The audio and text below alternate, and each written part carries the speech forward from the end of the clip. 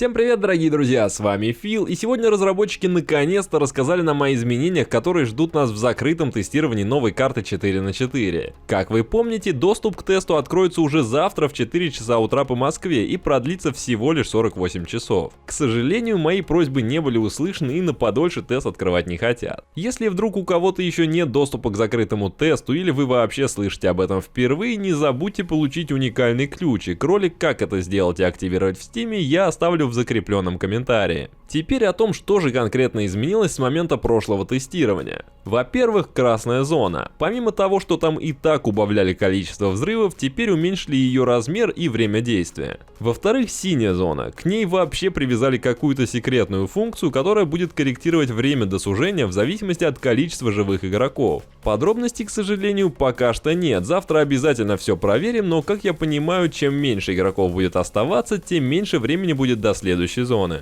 Третье – баланс лута. Разработчики увеличили спавн гранат, теперь их можно будет найти куда больше. Я очень надеюсь, что имелось в виду боевые гранаты, а не слеповые и дым, которых лично я всегда нахожу очень много. Из аирдропа на новой карте убран 15Х, теперь максимальный прицел, который там можно будет найти, это X8. Не знаю, конечно, зачем это было сделано, сейчас у всех прицелов есть зум, и даже если на маленькой карте некуда стрелять с 15Х, всегда можно было открутить его до 4-кратного. Но разработчикам, наверное, виднее.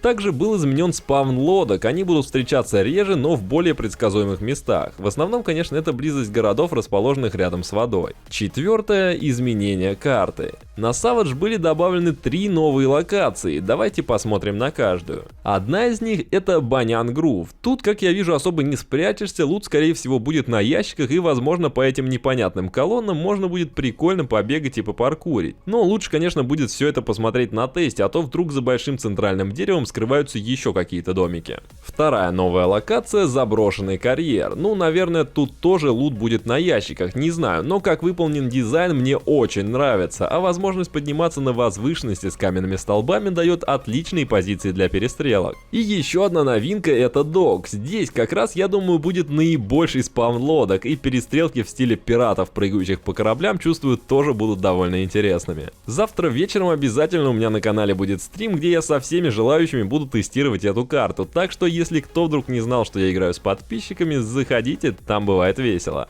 Начинаю, если что, в районе 21:00 по Москве. Так, теперь что касается других изменений карты. На мостах уменьшили количество объектов, чтобы по ним было легче передвигаться. По берегам был улучшен рельеф, чтобы не было проблем выходить из воды. И некоторые двери, которые было сложно заметить, теперь стали более яркими. Пятое – изменение погоды. Раньше динамическая погода менялась один раз в течение всего матча, теперь же она будет изменяться в реальном времени, то есть, как я понял, смена будет происходить несколько раз за матч.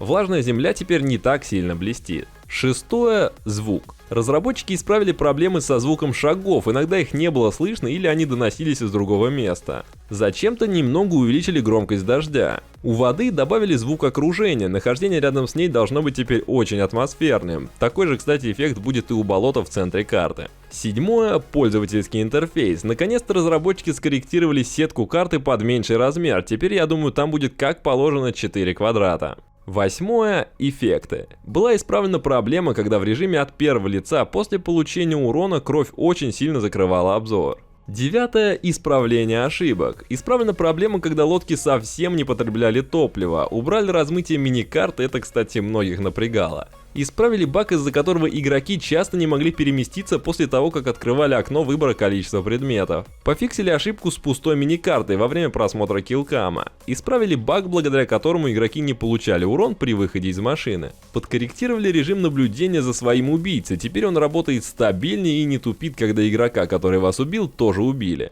Пофиксили баг камеры у кнокнутых игроков, а также исправили проблему, из-за которой иногда не срабатывал эффект крови при попадании во врага. И есть еще парочка ошибок, которые пока не решены. Одна из них в режиме от первого лица. Иногда игроки не попадают на стартовый самолет, а сразу телепортируются в конец и их выкидывает с АФК. И вторая — это отображение игроков. Иногда они почему-то выглядят как зомби. На этом на сегодня все. Всем спасибо за просмотр. Желаю каждому досмотревшему до этого момента огромной удачи. Не забудьте поставить лайк под видео и обязательно подписывайтесь на канал. Пока-пока.